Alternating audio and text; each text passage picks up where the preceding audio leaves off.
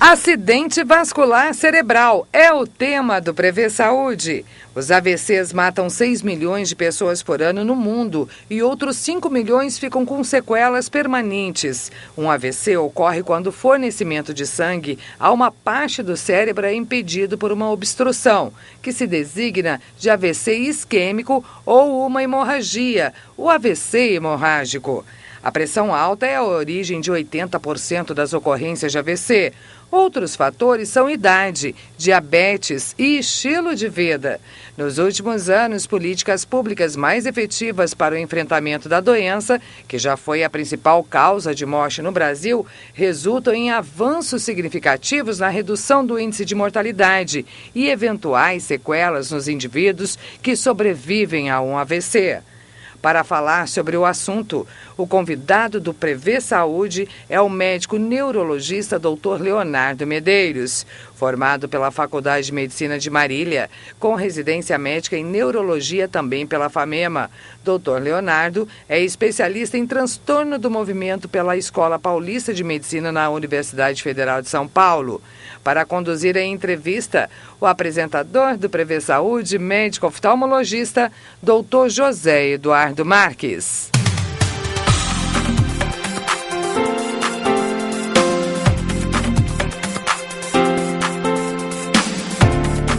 Eu gostaria de agradecer a presença do Dr. Leonardo Medeiros aqui no nosso estúdio, ele que aceitou o convite e vai falar sobre acidente vascular cerebral, AVC ou o famoso derrame, dito aí popularmente. Leonardo, muito obrigado pela visita e eu gostaria de já iniciar pedindo para que você explicasse para o nosso telespectador o que é o acidente vascular cerebral. Tá. Novamente, muito obrigado pelo convite, José Eduardo. É muito bacana vir aqui novamente conversar um pouquinho sobre o AVC. Tá? O AVC, falando um pouquinho de epidemiologia, antes até da explicação, até 2 anos atrás era a principal causa de morte no Brasil.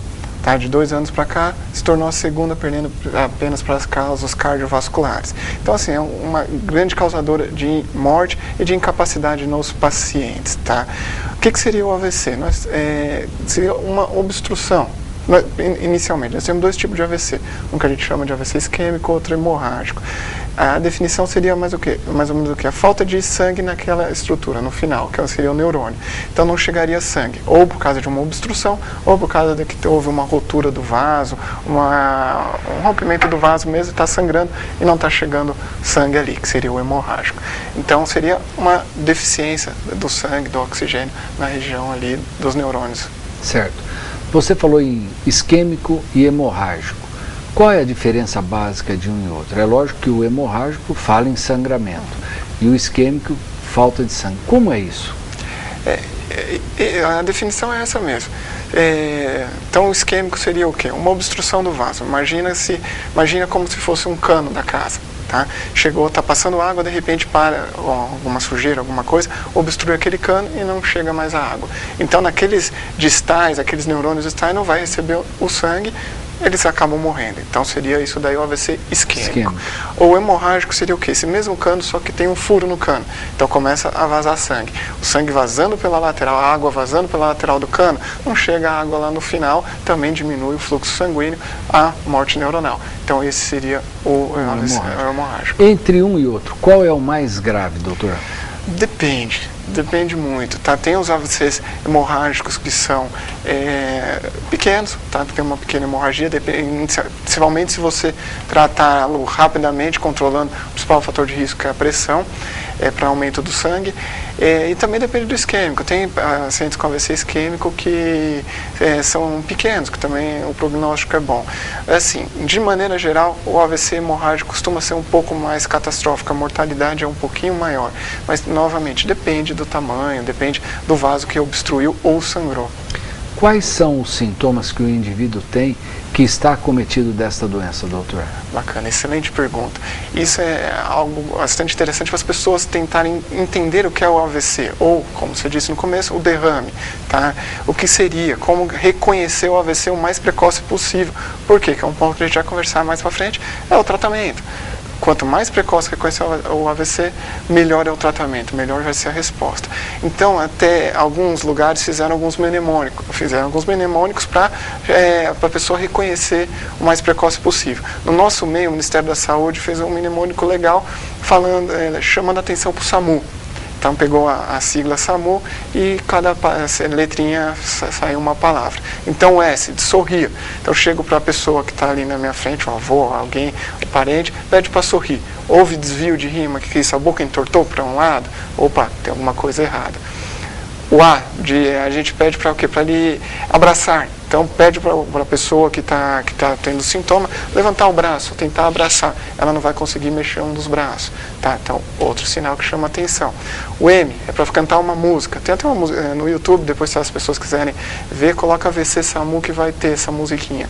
Então o M é para a gente cantar uma música. Pede para a pessoa falar alguma coisa. Então a pessoa vai ter ou uma disartria, que parece uma batata na boca, tá? Que ele fica com dificuldade de articular as palavras, ou um negócio que a gente chama de afasia. Vai falar besteiras, coisas confusas, ou não conseguir falar. Então esse que é o mnemônico. Então S de sorrir, A de abraçar, M a música e U que seria a urgência. Então ligar para o 192 o mais rápido possível para levar num hospital de referência. De maneira geral, seria esses os sintomas. Então pede para sorrir, ver essa fala, ver a força. Tem outras coisas também que pode acontecer? Sim. Então, por exemplo, dificuldade para enxergar. Tá? O paciente pode ter uma hemenopsia, o que é isso? Perda de metade do campo. O paciente tem uma vertigem que não melhora com sintomáticos, que a gente está acostumado, então tem que se aventar numa hipótese também de um AVC de cerebelo, mas o mais comum seria esse mnemônico, assim, que já ajudaria muito as pessoas a reconhecerem e levar para o hospital para fazer o tratamento. Por acaso hoje, Leonardo, eu acabei atendendo uma paciente que era sequelada de AVC, teve um AVC em novembro e ela veio falando dessa hemianopsia.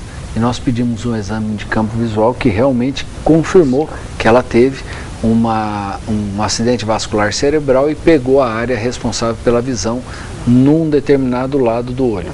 E realmente ficou comprovado que a sequela que ela ficou foi essa. Muitas vezes as pessoas que têm o derrame acham que é só a parte motora, mas não é. Todos os outros órgãos podem ser afetados, né? Como você disse.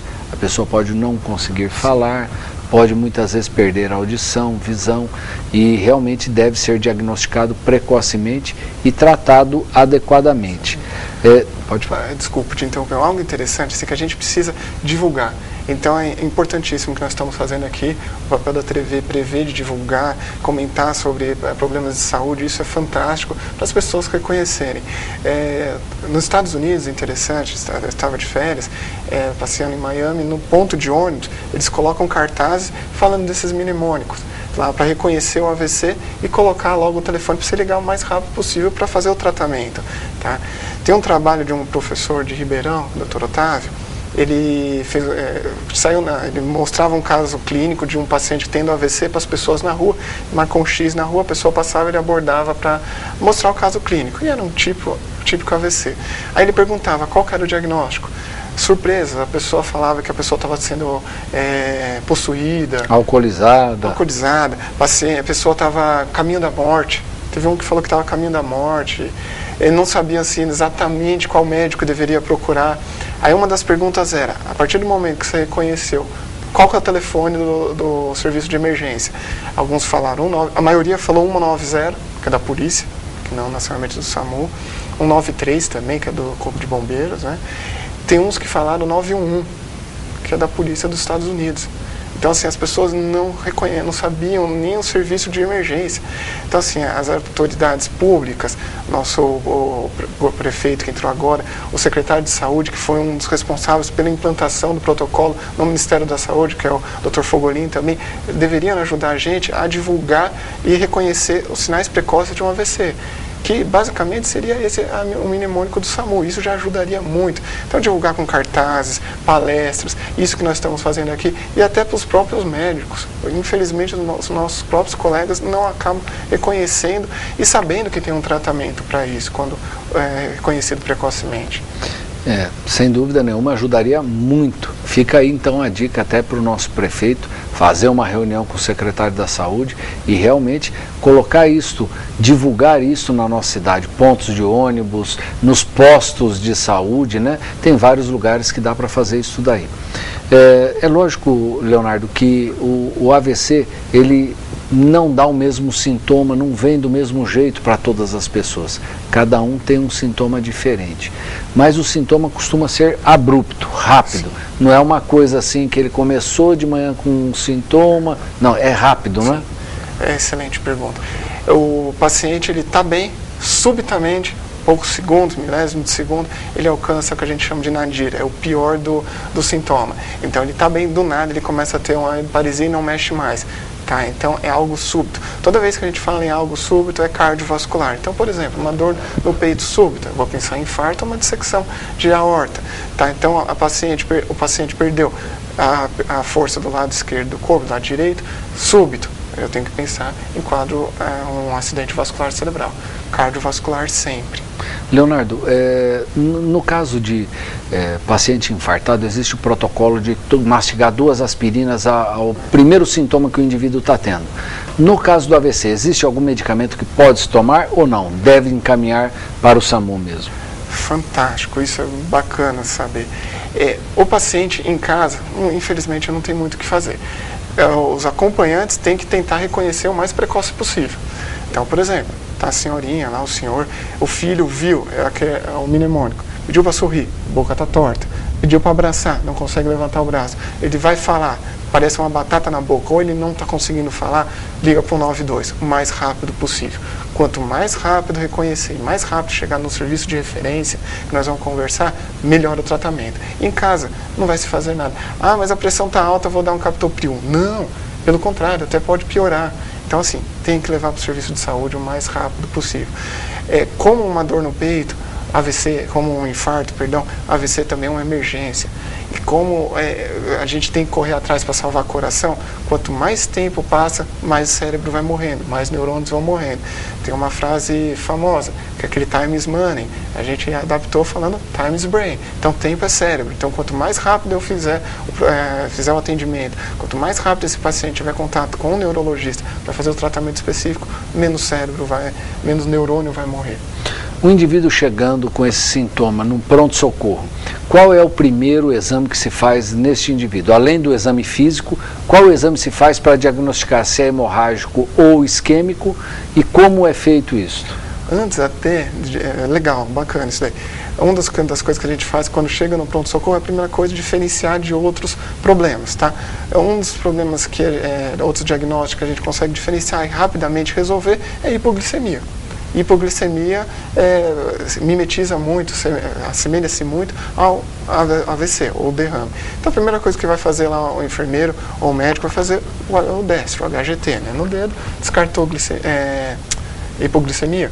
Vamos para o próximo exame, que é o principal, que é o que vai nortear nosso tratamento, que é a tomografia. Ponto. A tomografia é o exame padrão ouro que a gente precisa. 95% dos casos a gente consegue resolver com uma tomografia simples. Alguns casos a mais, nós vamos precisar de uma angiotomografia, alguma coisa mais específica. Mas consegue se trabalhar muito bem com uma tomografia. Alguns exames de sangue, assim que chegou no hospital, a enfermeira vai pegar o acesso venoso, já colhe hemograma, bioquímica, já fez o HGT e logo em seguida já vai-se para a tomografia o mais rápido possível. É bem estabelecido, nós temos um protocolo já padronizado mundialmente. Então, o que a gente calcula? O tempo porta tomografia, tempo porta avaliação do neurologista, tempo porta agulha, que é o tempo que o paciente chegou até fazer a medicação. Então, isso é um hospital bem treinado, bem feito, tem tudo isso bem protocolado. Certo. Uma vez, então, feita a tomografia, dependendo do tipo de AVC, vai ter um tratamento específico. É o hemorrágico, é um tratamento, o isquêmico é outro. Neste caminho, antes de chegar lá na tomografia, se o indivíduo tiver algumas alterações, como pressão muito alta, trata-se também ou não trata, faz primeiro o exame? O ideal é ir o mais rápido possível para a tomografia. Alguns casos a pressão está muito elevada, está muito alta, a gente já começa a fazer um tratamento antihipertensivo. Como? Medicação venosa. Nesse momento, nunca via oral. Por quê? Via oral é absorção errática, não consigo controlar a pressão do paciente. Com venoso já não, que é o nipride, principalmente a medicação. O paciente baixou muito a pressão, eu desligo, a pressão volta a subir. Não está conseguindo baixar, eu aumento a medicação, a pressão tende a controlar ou não. O ideal mesmo é o mais rápido possível fazer a tomografia. Por quê? Dependendo do tratamento, dependendo do tipo de AVC, se é um isquêmico hemorrágico, eu vou ter metas para baixar a pressão. Então, por exemplo, o AVC hemorrágico, qual que é o principal fator prognóstico? Baixar a pressão o mais rápido possível. Quanto? Abaixo de 140, a sistólica, que a pressão é maior. Então, eu tenho que deixar abaixo de 140, esse é meu alvo. No paciente com AVC isquêmico, já não. Se ele for candidato a trombólise, que é a medicação, eu tenho que deixar a pressão sistólica abaixo de 180. 185, tá? E a diastólica abaixo de 115. Se ele não for candidato a trombólise, eu posso deixar ela um pouquinho mais, chegando até 220. Por quê? Porque como não tem um vaso obstruído, nosso cérebro é muito bonito. Ele tem outros caminhos para percorrer, para o sangue chegar naquele neurônio que está sofrendo. Tá? Então, se eu baixo muito a pressão, não chega sangue no cérebro, por outras vias, eu acabo aumentando a área que a gente chama de core isquêmico. Então, diminui um negócio que chama área de penumbra, que é onde que a gente vai salvar o cérebro, e aumenta esse core isquêmico, que é onde o neurônio já morreu. Então, depende muito do tipo e depende do que nós formos fazer para o tratamento. Leonardo, outra pergunta importante é realmente saber assim, toda faixa etária pode ser acometida? É mais comum realmente em idosos? Sim, é mais comum em idosos, tá? O principal fator de risco não modificável é a idade. Então, quanto mais a gente envelhece, maior a chance de ter um AVC. Porém, pode aparecer em qualquer faixa etária. Por incrível que pareça, semana passada eu tive um de 36 anos, que nós fizemos o tratamento num dos hospitais particulares aqui da região. Uma colega também que faz parte da equipe, acho que há 2 semanas, também semana passada, teve um paciente de 40 e poucos anos, um outro de 50, então assim, veio um boom aí de pacientes jovens, mas o mais comum realmente é mais idoso, tá? Mas infelizmente tem alguns jovens que estão sendo cometidos. Pressão alta e diabetes continuam sendo os maiores vilões desse tipo de problema? Sim, excelente pergunta. Nós temos 3 fatores de risco não modificáveis: idade, genética e sexo feminino. Tá? Temos outros fatores de risco modificáveis, que é esse que a gente tem que atuar em todo momento. E isso eu dependo muito de vários médicos. Então, o clínico geral que está ali na UBS, no PSF, tratando o paciente, um dos principais fatores de risco que acomete o AVC é a pressão alta. A hipertensão é um dos principais fatores de risco. E diferente da diabetes, eu acho a diabetes muito mais difícil controlar. É muito mais difícil pedir para a pessoa mudar hábito nutricional do que dar um antihipertensivo. A pressão, em certo ponto, é mais fácil de controlar. E a pressão é um principal fator de risco, tanto para AVC hemorrágico, que é o principal até, e para AVC isquêmico. Então tem que controlar muito bem. Diabetes é outro. Colesterol. Tá? Então nós temos, já falei 3, 4, 5, 6, tá? Fibrilação atrial, que é outro, que é uma arritmia no coração. Então o coração bate de maneira desorganizada, faz um trombo, manda para cima, faz o derrame. Sedentarismo, tabagismo e aumento da cintura abdominal. Então são os 10 fatores de risco que a gente chama atenção para o AVC. Então é isso que eu preciso que o paciente controle, que os colegas da rede básica controlem esses fatores de risco, e o mais importante possível, e a hipertensão principalmente. Certo, você falou em mulher, que é um fator que não dá para mudar. A mulher é porque geneticamente e hormonalmente ela acaba tendo uma maior chance de ter, ou por uso de anticoncepcional? Antes da menopausa, o anticoncepcional é um dos grandes vilões. Pós-menopausa é a falta de estrogênio. Estrogênio é fator protetor. Tá? Então, alguns pacientes que nós tivemos estavam usando anticoncepcional. Foi semana passada mesmo, treinou uma moça jovem, 30 e poucos anos, e que teve um AVC. O dela foi pequeno, ela ficou sem sequela nenhuma, nem chegou a fazer esse tratamento, mas era secundário provavelmente ao anticoncepcional. Falamos para ela parar o anticoncepcional e não tomar mais. Certo. Existe também uma conversa entre as pessoas leigas assim: quando acomete o lado direito do corpo é porque o lado esquerdo do cérebro foi acometido. É assim mesmo? Sim. nossa parte motora, ela começa de um lado esquerdo, vai, por exemplo, eu quero mexer a mão direita. O cérebro esquerdo, ele pensa, aí ele emite a fibra neurônio motor, ele passa pelo cérebro do lado esquerdo, começa ali, ele cruza numa região que a gente chama de pirâmide, que é na ponte, que é aqui no tronco cerebral. Então ele cruzou, aí por isso que dá o sintoma cruzado. Tá? Então ele começa de um lado, no tronco cerebral ele cruza e dá o sintoma do outro lado. Certo, então quando o indivíduo está acometido do lado esquerdo de um derrame, é porque o lado direito do cérebro dele é que realmente foi acometido. Foi acometido. Certo. E isso pode ter em várias extensões. A mesma coisa serve para fala, serve para audição, para tudo. Sim. Primeiro, nós temos que ver o vaso que foi obstruído. Se for um vaso principal, tá, por exemplo, que a gente chama de cerebral médio, se pegar o tronco dela, que é o vaso principal que irriga quase todo o cérebro, tá, obstruiu aquilo ali, vai ter um quadro muito mais grave. Eu peguei um trombinho mais distal, então vou ter um quadro mais leve. Dependendo se for uma área estratégica, pegou só o lugar que é responsável pela fala, pela compreensão, que a gente chama de afasia, que é mais do lado esquerdo, então ele vai só mexer a afasia. Então depende muito. Então ele pode ser multifatorial, não. Ele pode pegar vários sintomas, muitos sintomas seria. Certo. O paciente que muitas vezes tem um aneurisma, esse aneurisma rompendo também pode dar o AVC? É um pouquinho diferente, até do que aconteceu com a dona Marisa, a esposa do ex-presidente. O que ela teve não foi um AVC, o que ela teve foi um negócio que a gente chama de hemorragia subaracnoide. Então ela tinha um aneurisma já diagnosticado, provavelmente o aneurisma não era tão grande e fizeram-se só o tratamento clínico. E por não sei se aumentou ou não, se ela teve um pico hipertensivo, houve uma ruptura do aneurisma. Tratamentos são totalmente diferentes. Nesse momento do aneurisma, a gente vai ter que ter uma abordagem cirúrgica, de ir lá e colocar clipes e fechar o aneurisma, ou até um tratamento que a gente chama de embolização. Então vai no aneurisma, tenta embolizar, queimar o vaso para parar de sangrar, isso por uma técnica via arteriografia, que é o cateterismo. Chega lá com o catéter, tenta queimar, ou colocar um negócio que eles chamam de coils, que são tipo molinhas que coloca dentro do sacro do aneurisma, para tentar fechar ele. Então são tratamentos totalmente diferentes. Aí prognóstico também diferente. Dependendo do tamanho do aneurisma, do rompimento, costuma ser catastrófico. Certo. E a reabilitação desses pacientes, Leonardo? Isso é bastante importante porque, como você disse, pode pegar pessoas jovens, 50 anos, 30 e poucos anos. A reabilitação é importante no caso do AVC?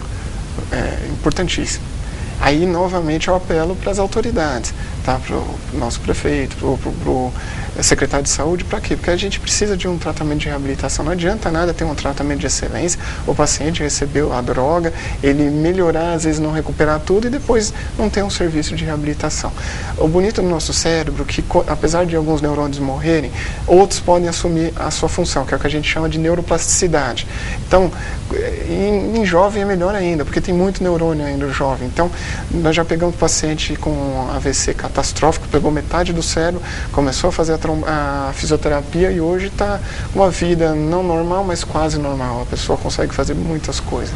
Então, assim, a fisioterapia é importantíssima. Um tratamento multidisciplinar, pegando fono, fisioterapia ocupacional, é fantástico. E aqueles pacientes que têm esse acompanhamento multiprofissional são os que vão ter melhor prognóstico, que vão voltar quase à normalidade ou voltar até a normalidade e voltar para o seu trabalho, para o seu serviço e se tornar-se novamente produtivo para a sociedade. Em Bauru existe algum serviço com um protocolo já pré-estabelecido para você receber esses pacientes rapidamente, fazer o diagnóstico e tratar? Legal. Não adianta nada reconhecer o paciente se na outra ponta a gente não vai conseguir tratá-lo. Então a família reconhece e aí vou levar para onde? Hoje, de um mês para cá, nós fizemos uma equipe, sou eu e mais 3 neurologistas, que é a doutora Márcia, a doutor Luiz Henrique e a doutora Rafaela. E fizemos um protocolo, tá? Que o protocolo já é feito em vários locais, como eu disse, até o próprio secretário de saúde, quando ele estava no Ministério da Saúde, ele colocou esse protocolo no SUS, no Brasil. E nós hoje estamos atendendo esses pacientes no hospital de base. Tá? Então, hoje o hospital de base virou porta aberta referenciado para paciente com AVC. Então, o paciente chama o SAMU, O SAMU reconhece o AVC, já entra em contato com a central de vagas, a central de acolhimento do hospital de base, a enfermeira já entra em contato com a gente e nisso a gente acaba encontrando o paciente no hospital, tentando fazer o tratamento. Então hoje o hospital de base é o hospital de referência aqui para trombólise no paciente com AVC, hoje em Bauru. E interessante, assim, quando a gente foi conversar com a gestora chegou pra gente e comentou até, não, vocês vão ter pouca trombólise, vai ter umas 4 por mês. Em uma semana nós tivemos 5 trombólises. E o legal, que um dos colegas, um dos amigos da equipe, que é o Dr. Luiz, num dia ele conseguiu fazer um tempo porta-agulha de 12 minutos. Isso é fantástico. O tempo que o Ministério da Saúde, que os trabalhos internacionais colocam, é tempo porta-agulha de 1 hora. Ele conseguiu em 12 minutos. Então, assim, foi muito rápido, foi muito bem feita a equipe ali e conseguiu fazer um serviço bem legal. E o bacana, a paciente que entrou em parética, o que é isso? Não mexia braço e a perna, com dificuldade para falar, após o tratamento ela saiu do hospital sem déficit nenhum. Sem dúvida nenhuma, Leonardo, isso que você está falando é de grande importância para quem está assistindo esse programa. Então, qualquer que seja o sintoma que o nosso telespectador, vizinho, parente aí de vocês tenham na parte de acidente vascular cerebral, o famoso derrame, 192, liga para o SAMU e vai ser levado imediatamente para o hospital de base, que é o hospital de referência no tratamento desse tipo de problema. Então, derrame 192, hospital de base. Que bacana, isso que você falou, vocês simplesmente salvaram essa pessoa de ter uma sequela muitas vezes irreparável. Em 12 minutos, ela chegar no hospital, ser atendida e já está com a medicação feita e realmente o cérebro dela vai recuperar muito. Sim. O interessante, assim, quanto mais rápido a gente fizer o tratamento, então, por exemplo, o paciente começou às 10 horas da manhã com os primeiros sintomas, que nem nós comentamos há pouco. O sintoma é súbito. Então a gente precisa saber esse tempo exato que começou. Então foi 10 horas da manhã, ligou para o SAMU 10h30. Chegou no hospital 11 horas da manhã, eu tenho 1 hora de ictus, isso é fantástico. Nas 2 primeiras horas, nós temos um negócio em epidemiologia chamado NNT, número necessário de tratamento. De cada 3 pacientes que eu tratar, eu salvo 1.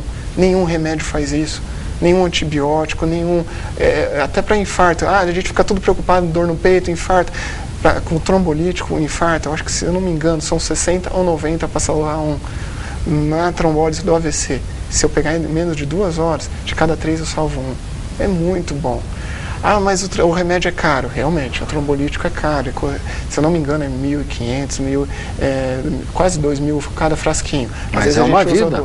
Sim, mas são R$4.000 que eu gasto. Não sei exatamente, mas vamos falar que seja R$4.000. Mas, por exemplo, essa paciente que saiu com normal, se ela tivesse ficado com a sequela, primeiro, ela ia correr atrás de aposentadoria para ganhar 25% a mais que ela tem direito.